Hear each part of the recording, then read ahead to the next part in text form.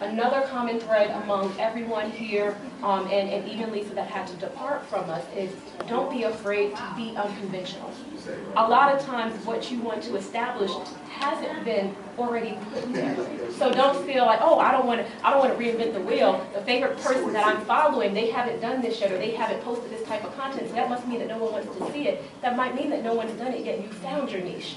So don't be afraid to be unconventional, because that's the imprint that's helped each of these people get those dozens and hundreds of followers across mediums. And don't think just because one has been effective for you that every single medium is going to catch like wildfire. Not every medium is for you.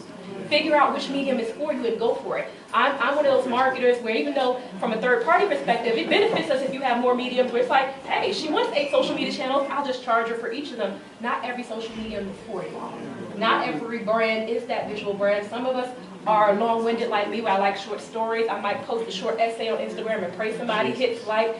Know your niche and your audience and stick to it, but don't expect all of it to strike that hot fire for you. So if Instagram ends up being that thing for you, don't worry if it's only 1,000 or 2,000 on your Facebook. Still continue to push your brand and own your identity in it, but don't stress over the numbers, stress over the quality that you're pushing out there, and always make sure that you're maintaining you.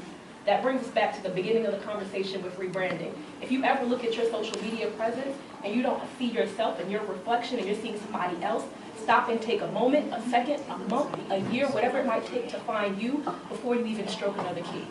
Because that is a reflection of you. And if you can't even recognize yourself on social media, it's reflecting on something deeper that you need to get together before you push it out to an audience. Because the audience consumes everything relatively literally. And they're riding with you in this process.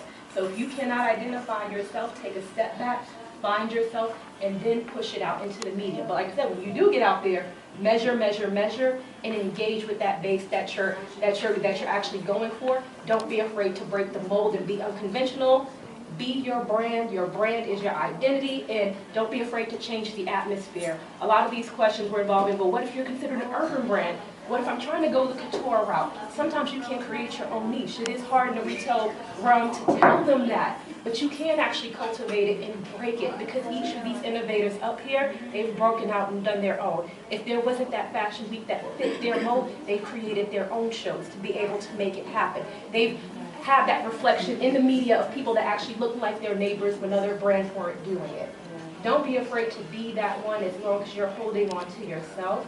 You each can make it happen, but like I said, what I want you guys most to take away from this panel is don't look at it as how you can become the next us. Look at it as how you can become an evolved rendition of yourself and what you're pushing out into the world.